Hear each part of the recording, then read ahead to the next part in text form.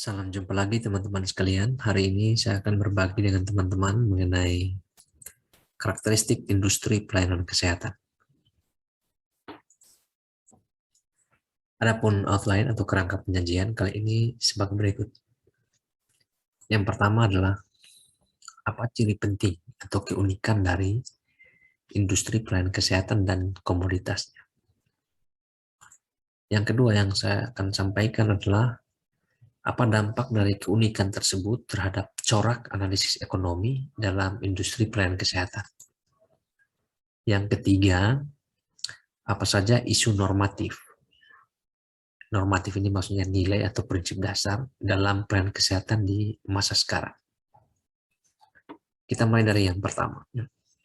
Apa ciri penting atau keunikan dari industri pelayanan kesehatan dan komunitasnya?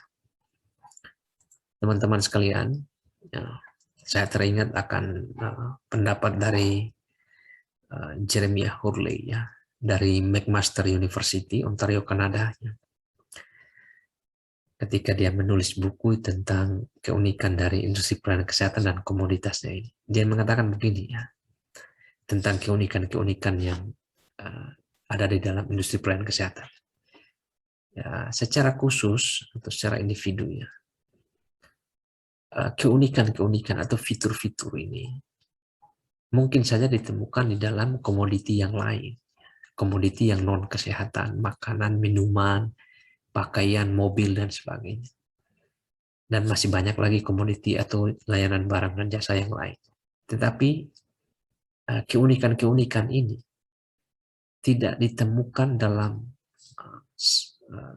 situasi yang berlebihan atau yang memiliki semuanya dibanding dengan di pelayanan kesehatannya.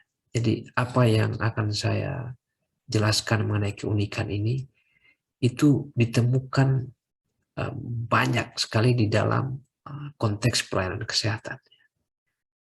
Dan kombinasi dari berbagai macam keunikan ini atau fitur-fitur ini itu menjadi tantangan tersendiri di dalam analisis ekonomi yang tepat baik analisis secara positif ekonomi maupun juga normatif ekonominya. Dan juga menjadi tantangan di dalam penyusunan kebijakan kesehatan, khususnya di dalam konteks pelayanan kesehatan. Mari kita mulai dari ciri yang pertama atau keunikan yang pertama. Dalam industri pelayanan kesehatan itu ada risiko ketidakpastian, uncertainty. Ketidakpastian itu maksudnya bagaimana? Ya memang komoditi pelayanan kesehatan ini berbeda dengan komoditi ekonomi lain. Kalau kita mau makan, kita tahu waktunya mau makan. Mau pakai pakaian, kita tahu waktunya pakai pakaian. Dan mau bangun rumah, di usia tertentu kita tahu waktunya. Tapi di pelayanan kesehatan yang menggunakan input orang sakit, sulit kita menduga kejadian penyakit di masa datang. Kita tidak pernah tahu kapan seseorang itu sakit atau kita sendiri sakit. Jadi dari sisi permintaan atau demand side, risiko sakit itu tidak diketahui. Bisa saja sakit ini hari, besok sakit, atau lusa sakit. Sementara industri pelayanan kesehatan harus ready untuk menerima orang yang sakit. Jadi kita tidak tahu kapan sakit. Nah dari kesulitan menduga kejadian sakit, maka berkembanglah asuransi kesehatan. Jadi risiko itu tidak bisa diberikan tanggung jawab sendiri seseorang. Kalau dia sakit berat dan butuh biaya yang besar, lama-lama sakit membuat dia miskin, maka perlu ada risiko bersama, dibuatlah asuransi. Asuransi kesehatan maksudnya. Yang kedua, kalau tadi sulit menduga kejadian penyakit pada seseorang, yang berikutnya adalah sulit menduga apa tindakan yang tepat untuk mengatasi penyakit. Karena bergantung pada penyakit itu sendiri. Nanti di fasilitas kesehatan nanti dapat obat saja, atau dapat konseling saja, atau dapat tindakan operasi dan sebagainya. Tidak diketahui, karena bergantung pada sakitnya. Dan itu punya konsekuensi biaya. dan juga tidak diketahui secara pasti ujung dari penyakit itu atau sakit itu. Bisa jadi sembuh, sehat, bisa sembuh dengan cacat, bisa jadi juga kematian. Dan ini dari sisi supply side atau dari sisi penawaran, nah, dari sisi rumah sakit atau penyedia pelayanan kesehatan. Dan di sana ada isu profesionalisme tenaga dan dalam menangani, ya. Juga kepercayaan antara misalnya dokter dengan pasien. Ya, di industri pelayanan kesehatan itu ada risiko ketidakpastian ini. Kita tidak membeli pelayanan kesehatan itu seperti membeli makanan, pakaian, dan rumah. Kalau tiba-tiba sakit, ya mau tidak mau, di zaman sekarang ya harus membeli pelayanan kesehatan. Nah, apakah kita siap sebagai individu untuk membeli pelayanan kesehatan itu dengan finansial yang ada? Belum tentu. Dan ini adalah corak yang sangat membedakan komoditi pelayanan kesehatan dengan komoditi lain, ya, pada saat dia dikonsumsi atau dibeli. Yang kedua, di sektor kesehatan itu ada yang namanya external effect, eksternalitas layanan tertentu. Nah, ini bisa negatif, bisa positif. Contoh ya, dampak positif negatif ini atau eksternalitas ini. Imunisasi. Kalau saya diimunisasi, maka orang-orang di sekitar saya akan mendapatkan keuntungan. Artinya saya menjadi orang yang menghambat penularan penyakit kepada mereka yang tinggal di lingkungan. Sehingga risiko mereka terkena itu semakin kecil. Itu dampak positif yang mereka rasakan. Dan mereka tidak membayar apa-apa ketika saya imunisasi. Sebaliknya risiko atau dampak negatif, ketika saya tidak imunisasi, berarti saya membuka peluang terjadinya penularan kepada orang lain yang ada di sekitar saya. Nah, biasanya terhadap layanan-layanan yang punya external effect, eksternalitas seperti ini di sektor kesehatan, itu diambil alih oleh pemerintah karena swasta tidak mau masuk dalam penyediaan ini. Kalau swasta masuk biasanya terhadap uh, eksternalitas yang rendah, yang keuntungannya itu hanya dirasakan oleh individu yang dilayani. Kalau orang lain ikut merasakan kan kesian swastanya. Dia menyediakan tapi ada penumpang gelap yang juga ikut merasakan. Nah, di kesehatan ada hal-hal seperti ini dan butuh peran pemerintah untuk menjaga supaya ada keseimbangan. Ya. Layanan-layanan yang sifatnya public goods atau barang publik yang eksternalitasnya tinggi mesti dikelola pemerintah. Sedangkan layanan kesehatan yang sifatnya private goods, eksternalitasnya rendah, bisa dikelola pemerintah, bisa juga dikelola oleh swasta. Nah, umumnya ketika kita berhadapan dengan eksternalitas, ya, jika manfaat marginal yang dirasakan oleh individu itu lebih kecil daripada manfaat marginal yang ada di masyarakat, nah biasanya permintaan pelayanan kesehatan itu rendah. Ya. Ya, kalau individu dia merasa dia tidak dapat untung apa-apa, mungkin hanya untung bagi masyarakat umum, dia mungkin tidak akan meminta pelayanan itu. Ya, kalau misalnya ada sarana air bersih yang kotor misalnya, ya swasta mungkin tidak akan masuk untuk membersihkan apa namanya sumber air itu.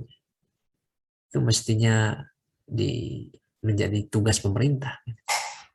Orang-orang juga mungkin merasa bukan hanya saya, hanya ada apa maksudnya, ada orang lain juga ya. Kalau mau sendiri-sendiri ya mungkin saya beli beli air tangki atau air apa gitu ya, layanan yang bisa diantar langsung ke rumah, tidak perlu menggunakan sumber air itu. Jadi kalau individu merasa manfaatnya lebih kecil dari manfaat untuk masyarakat umum, biasanya permintaannya itu rendah. Tapi kalau dia merasa bahwa manfaat bagi dirinya sendiri lebih besar daripada manfaat marginal untuk masyarakat, maka dia meminta pelayanan kesehatan yang lebih tinggi. Kalau dia rasa sudah mau sekarat gitu ya, sudah sakit luar biasa, dia butuh untuk kembali sehat, maka dia akan pergi meminta pelayanan. Tapi selagi dia merasa permintaan pelayanan itu tidak membuat atau tidak bermanfaat baginya, maka dia akan tidak meminta pelayanan kesehatan. Nah, inilah pentingnya ya. Pelayanan kesehatan yang memiliki external effect harus dikelola pemerintah.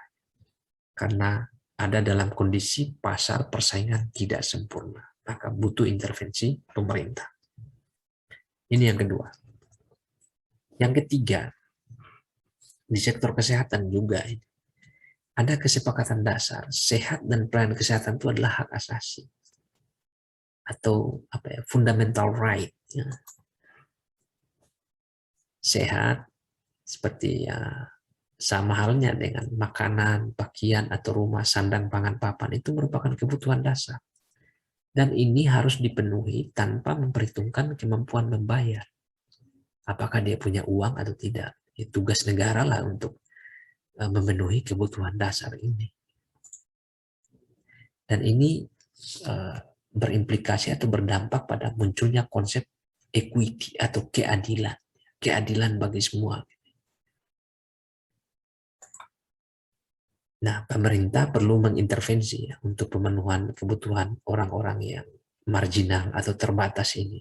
Orang-orang miskin, orang-orang yang tidak punya akses, orang-orang yang tinggal di desa, ya, dan sebagainya. Karena apa? Sehat dan pelayanan kesehatan itu hak asasi. Bahkan di dalam konstitusi negara di Indonesia pun dicantumkan sebagai hak warga negara untuk mendapatkan pelayanan kesehatan. Nah, contoh-contoh dari upaya pemenuhan itu ya kebijakan subsidi untuk masyarakat miskin. Misalnya dibayar pemerintah untuk berpartisipasi di dalam program JKN yang dikelola BPJS. Untuk masyarakat miskin mereka tidak bayar, dibayar oleh pemerintah. Dalam rangka apa? Pemenuhan hak asasi. Ya di sini ada dalam kondisi pasar yang tidak sempurna, persaingan yang tidak sempurna.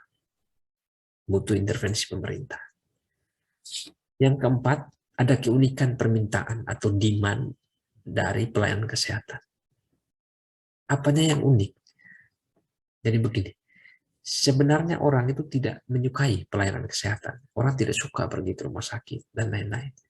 Berbeda kalau orang mau pergi ke showroom untuk beli mobil, pergi ke mall untuk beli sepatu, atau pergi ke kafe, restoran untuk beli makan dan lain-lain. Orang pada umumnya menyukai. Tapi kalau ke pelayanan ke fasilitas kesehatan, orang cenderung tidak menyukai. Kenapa? Ya, pelayanan kesehatan itu berada dalam skala utilitas yang berbeda ya, dengan komoditas lain. Dan dia hanya digunakan pada saat-saat tertentu saja ketika orang sudah tidak punya pilihan yang lain lagi. Yang diinginkan orang itu sebenarnya adalah sehat, bukan pelayanan kesehatan. Jadi pelayanan kesehatan itu hanyalah salah satu cara untuk membuat orang kembali sehat. Sehingga sering disebut sebagai demand for healthcare. Itu adalah turunan dari demand for health. Jadi sesungguhnya orang itu meminta sehat, bukan meminta pelayanan kesehatan. Permintaan terhadap pelayanan kesehatan itu hanyalah turunan dari permintaan akan sehat. Nah, teman-teman sekalian, ya, dalam mengkonsumsi pelayanan kesehatan yang diharapkan orang itu sehat. Ya. Nah, sayangnya dalam permintaan akan pelayanan kesehatan ini, konsumen itu ada dalam posisi yang sangat lemah. Ya. Konsumen itu tidak rasional. Kenapa? Karena dia tidak tahu sakit ini apa. Mungkin tahu, tapi tidak tahu secara detail. Ya. Tentang tindakan yang dia akan peroleh juga tidak diketahui. Lebih banyak diserahkan kepada penyedia pelayanan kesehatan. Oleh karena itu, kekhususan atau keunikan dari permintaan demand pelayanan kesehatan ini adalah basis keputusannya itu lebih banyak diserahkan kepada provider atau tenaga kesehatan yang melayani. Jadi kalau tenaga kesehatan bilang, minum obat ini, minum. Tindakan ini, ya sudah ikuti saja. Karena ya mungkin pilihan yang lain jauh lebih rumit atau berat. Gitu. Kalau tidak diikuti, ya dia akan bilang bahwa tidak bertanggung jawab kalau terjadi hal-hal yang lain. Jadi ada posisi yang sangat lemah. Konsumen cenderung tidak rasional. Ya. Inilah keunikan. Beda kalau kita pergi membeli mobil, beli sepatu, beli makan. Ya. Kita dalam posisi yang rasional. Kita tahu mungkin mobil itu seperti ini. Kita bisa menunda kapan. Beli sepatu kita tahu kualitas sepatu yang lebih baik yang seperti apa. Tapi saat di pelayanan kesehatan sudah pingsan, sudah tidak bisa bicara apa-apa, yang mewakili juga keluarga, ya posisinya sangat lemah. Yang kelima, banyak komponen jasa yang ditawarkan. Apa maksudnya? Jadi organisasi pelayanan kesehatan itu dia itu suatu sistem yang padat karya. Variasi profesinya sangat beragam.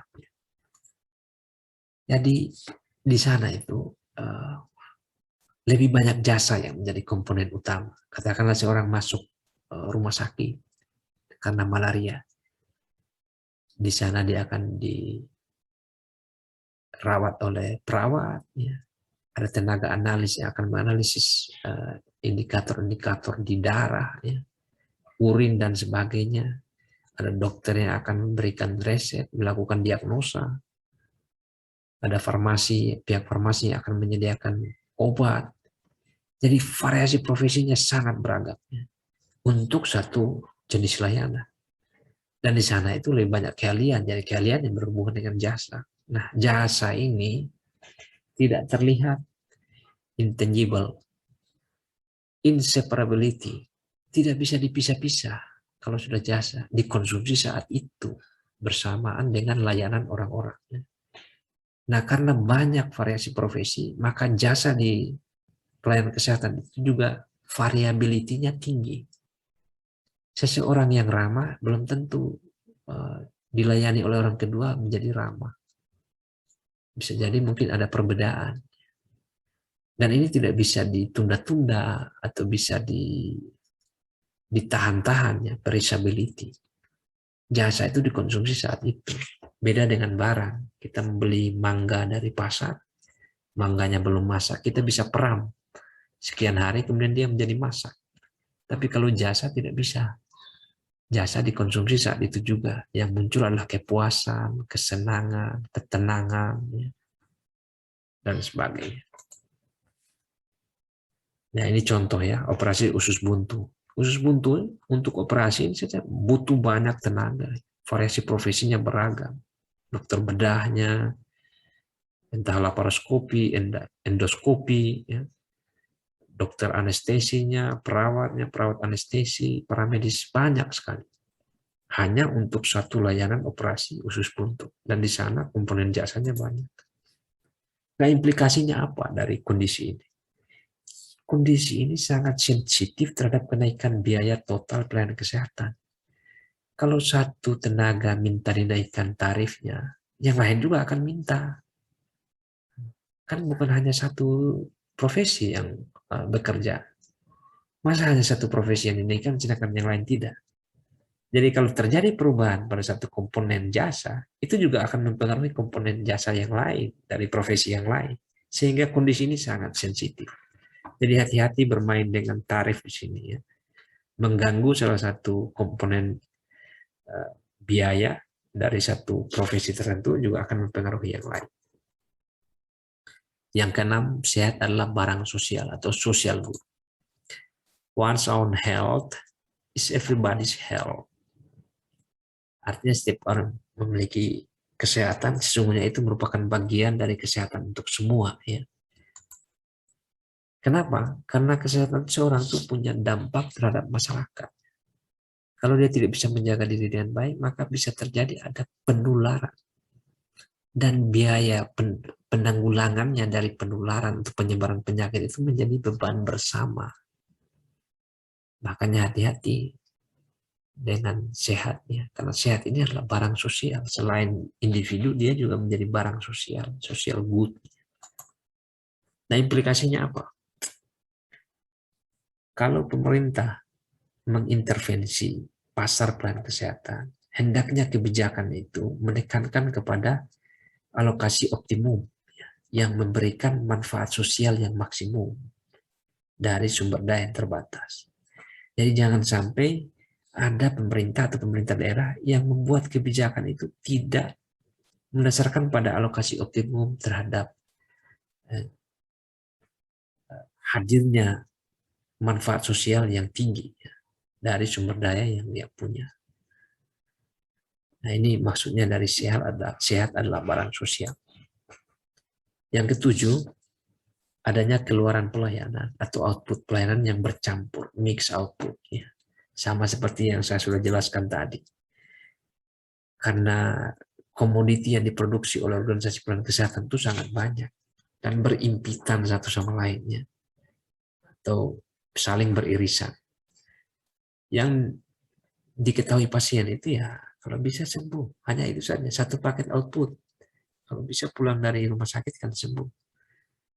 Kalau kesembuhan dari malaria contohnya, pasien ini harus konsumsi pelayanan diagnosis oleh dokter, perawatan oleh perawat, pemeriksaan lab oleh tenaga analis, nasihat dan konsultasi dari dokter, obat dari farmasi, dan sebagainya. Ini keluarannya itu bercampur satu sama lain. Ya.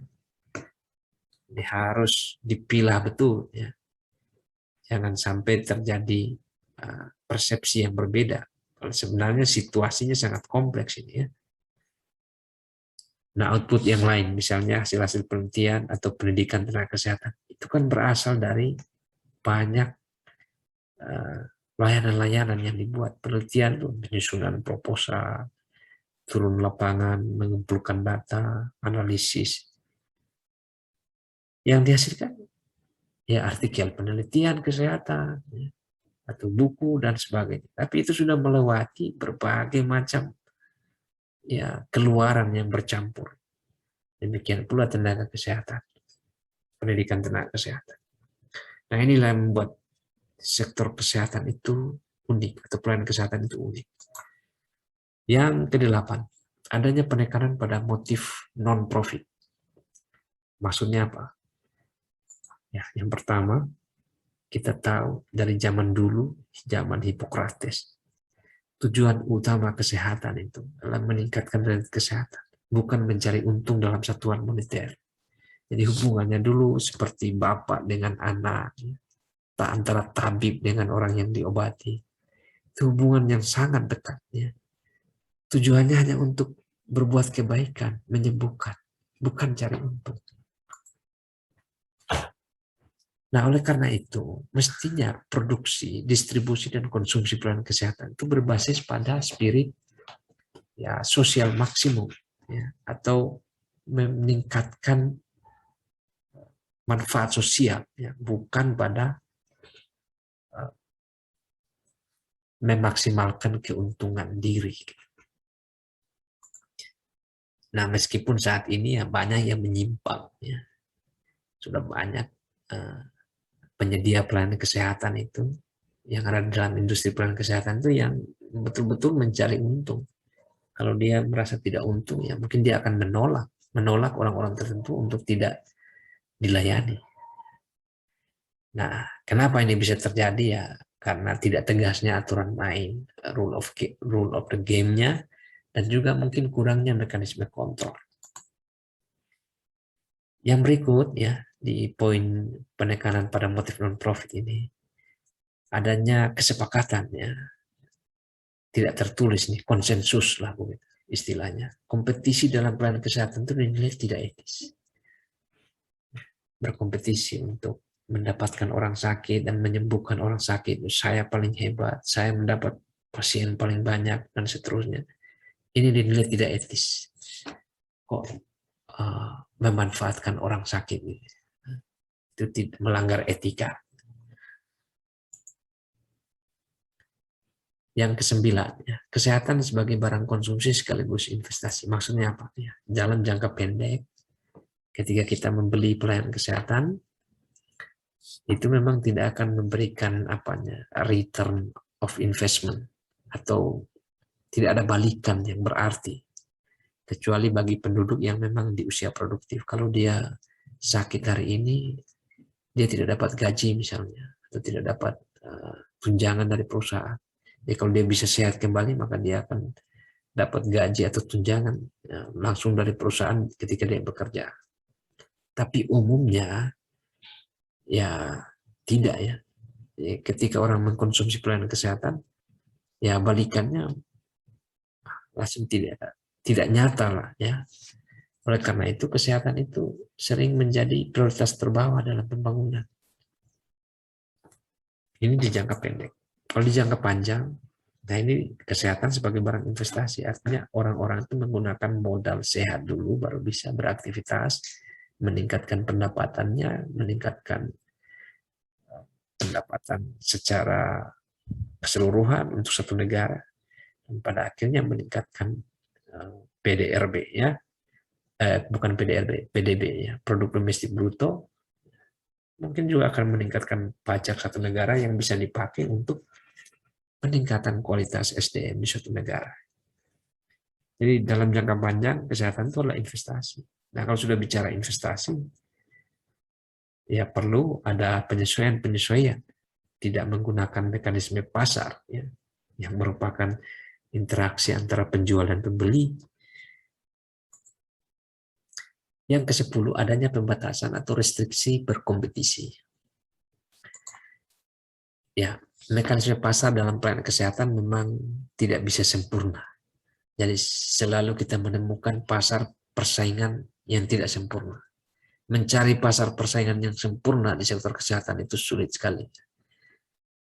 Nah, berbeda dengan komoditi-komoditi lain, ya, seperti makanan, minuman, ya, pakaian, ya, mobil, itu beda sekali. Bisa saja ada pasar persaingan sempurna untuk komoditi lain. Tapi kalau di pelayanan kesehatan, selalu tidak sempurna. Nah, di komoditi lain itu, seperti yang saya sudah jelaskan di video sebelumnya, mekanisme pasar yang persaingan monopolistik. Nah, wujudnya itu ada kompetisi, ada iklan, ya, kegiatan pemasaran, marketing, ya, dan sebagainya. Kalau di kesehatan, ya kita tidak pernah dengar ya, ada rumah sakit yang promosi layanan operasi, diskon atau bonus atau banting harga. Kalau operasi hari ini dapat korting 30% gitu. Tidak ada. Karena memang ada pembatasan, dilarang mengiklankan. Mungkin saja secara praktek ada ya dalam kenyataan. Kalau yang terang-terangan kan tidak ya. Nah memang sering tersembunyi ya. Praktek-praktek tersembunyi. Hanya orang-orang tertentu yang tahu ya. Bagi yang ingin melakukan penelitian di bidang ini bisa ya melakukan penelusuran, bisa dengan snowball sampling tentang bagaimana praktek-praktek di pelayanan kesehatan terkait dengan promosi, diskon, bonus atau banting harga ini. Nah, teman-teman sekalian, kita sudah melihat keunikan-keunikan itu, dan kita masuk ke yang kedua, apa dampak dari keunikan tersebut terhadap corak analisis ekonomi dalam industri pelayanan kesehatan. Nah, kita akan berbicara dalam dua konteks, ya. Analisis ekonomi positif ya, dan analisis ekonomi yang normatif. Nah, bagi yang belum tahu membedakan ini, silakan nonton video saya sebelumnya tentang pengantar ilmu ekonomi. Apa yang dimaksud analisis ekonomi yang positif atau yang deskriptif, dan apa yang dimaksud dengan analisis ekonomi terapan atau ekonomi yang normatif, normatif ekonomi. Untuk posisi positif ekonomi atau dalam konteks analisis ekonomi dari sisi yang positif atau deskriptif, hendaknya ketika kita melakukan analisis ekonomi di sektor pelayanan kesehatan itu harus mempertimbangkan motif non-profit ini, juga eksternalitas dan kondisi padat karya, terutama dominasi komponen jasa. Dan tidak cukup hanya dengan itu, kita juga harus mempertimbangkan kondisi yang disebut sebagai consumer ignorance atau ketidaktahuan konsumen.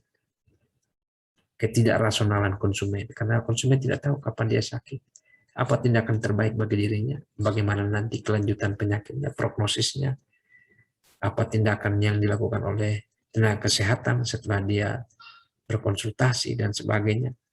Nah, itu lebih banyak keputusan-keputusan itu ditentukan oleh provider atau penyedia pelayanan kesehatan. Umumnya pasien lebih banyak mengiyakan atau menerima saja. Yang kedua, normatif ekonomi. Kalau ada yang mau melakukan analisis dari sisi ekonomi terapan atau normatif ekonomi ini di sektor kesehatan, hendaknya mempertimbangkan aspek misalnya maksimum social benefit, jadi manfaat sosial yang maksimum. Jadi kalau ingin merekomendasikan apa yang seharusnya di sektor kesehatan, ya pertimbangkan aspek manfaat sosial yang maksimum dan juga mempertimbangkan peran yang seimbang antara masyarakat dan pemerintah. Dalam hal apa? Dalam hal mencapai efisiensi dan efektivitas pelayanan kesehatan itu sendiri. Nah, ini dampak dari keunikan-keunikan tadi. Kalau menganalisis secara deskriptif apa yang sedang terjadi di sektor kesehatan atau di pelayanan kesehatan atau di bisnis pelayanan kesehatan, ya, pertimbangkanlah beberapa keunikan-keunikan atau karakteristik yang sudah disebutkan tadi. Kita lanjut ke yang ketiga, apa saja isu normatif. Isu normatif ini adalah nilai atau prinsip dasar ya, dalam pelayanan kesehatan di masa sekarang, khususnya di Indonesia. Yang pertama, di Indonesia itu mengemuka kesehatan sebagai fundamental of human rights. Ini tertulis dalam konstitusi WHO dan juga Indonesia. Karena kesehatan merupakan hak asasi, maka tugas negara untuk melakukan pemenuhan hak warga negara. Tanggung jawab negara dituntut untuk ini. Nah, apakah negara sudah melakukannya? Itu menjadi pertanyaan besar. Ya. Kapan negara mau memenuhi hak seluruh warga negara akan kesehatan? Yang kedua, isu mengenai non-diskriminatif. Ke depan, pembangunan kesehatan itu mesti menjamin pemerataan akses. Jadi, orang-orang di desa harus bisa mengakses, orang-orang miskin harus bisa mengakses. Dan selama ini mungkin fasilitasnya lebih banyak di kota. Oleh karena itu supply side atau dari sisi penyedia pelayanan kesehatan itu harus diperbaiki. Anggarannya perlu ditambah untuk menghadirkan puskesmas-puskesmas yang bermutu di pelosok-pelosok, tenaga kesehatan yang terlatih di pelosok-pelosok. Nah, pemerintah bisa memainkan perannya ini, bisa sebagai regulator karena kita menganut otonomi daerah. Sebagian urusan kesehatan sudah diserahkan ke daerah. Bisa juga pemerintah memainkan peran sebagai pemberi dana kalau daerah itu tidak punya dana yang cukup untuk memperbaiki rumah sakit atau puskesmasnya. Atau kalau pemerintah tidak mau sebagai pemberi dana, pemerintah juga bisa berperan sebagai pelaksana. Pemerintah yang membangun sendiri puskesmas atau rumah sakit di wilayah pelosok-pelosok itu. Isu ketiga adalah isu equity atau keadilan. Ini kesenjangan pelayanan kesehatan memang tidak dapat diterima lagi. Ini sesuai dengan ini apa? Alma-Ata Declaration ya. Health for all by year 2000. Jadi kesehatan untuk semua tahun 2000. Tidak ada lagi orang yang dibiarkan begitu saja dan tidak mendapat keadilan dalam hal akses. Nah, bicara tentang equity ini ada dua, vertical equity. Jadi antara yang kaya dan miskin harus sama-sama memiliki akses, dan horizontal equity antara desa dan kota juga sama-sama memiliki akses ke pelayanan yang terstandar. Nah, apakah sudah tercapai sekarang?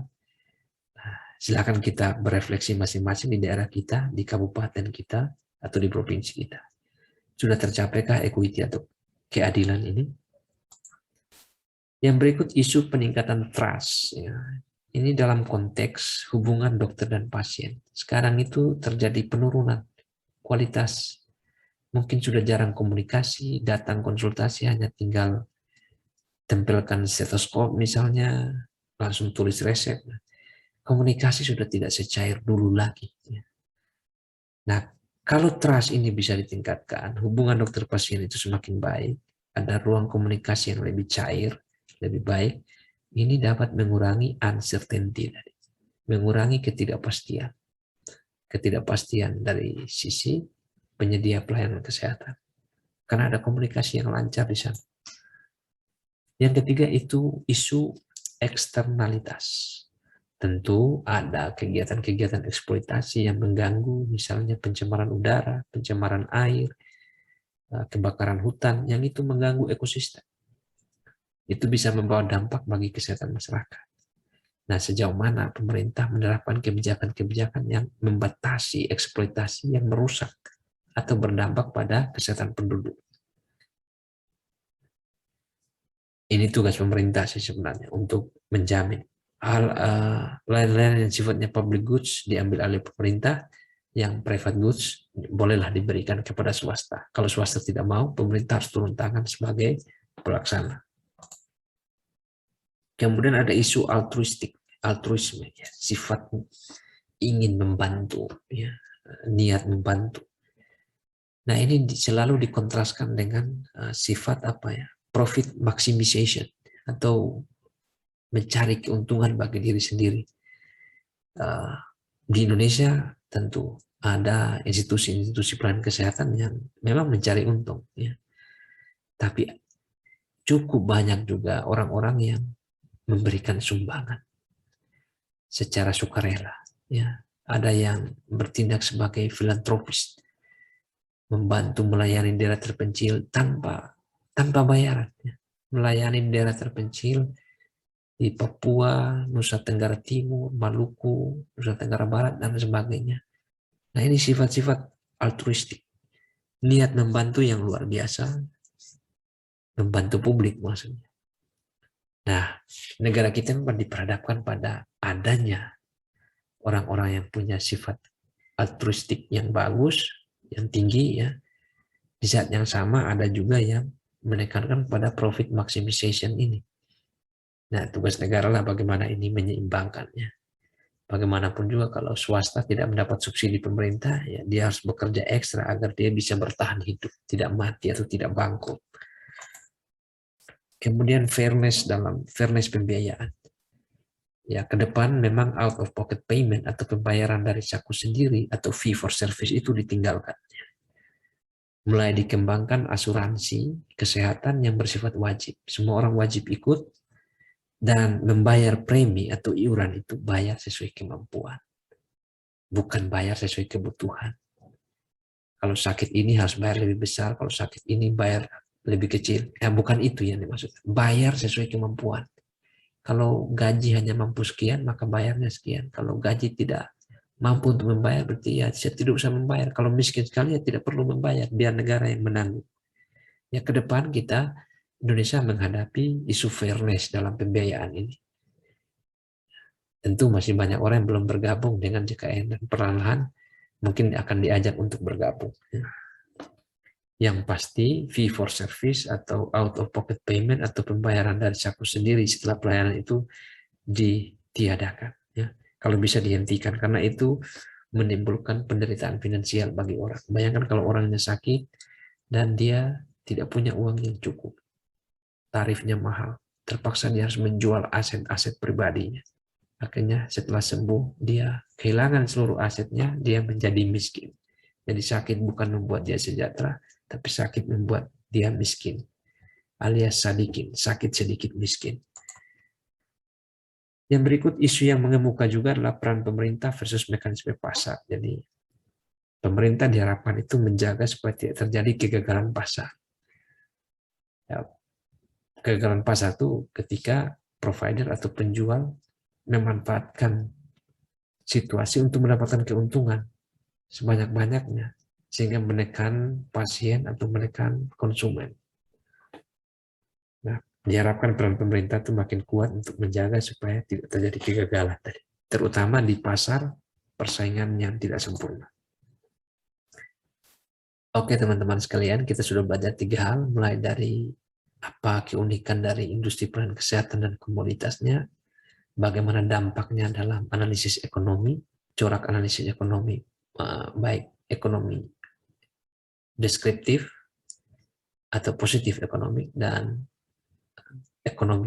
analisis ekonomi terapan atau normatif ekonomi. Dan yang terakhir tadi kita sudah bicara tentang isu normatif di dalam pembangunan kesehatan.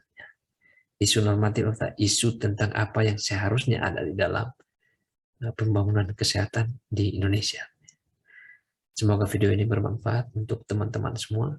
Ya, kalau dirasa bermanfaat, silakan di-share sebanyak-banyaknya. Dan saya mengucapkan terima kasih. Sampai jumpa di video-video berikutnya.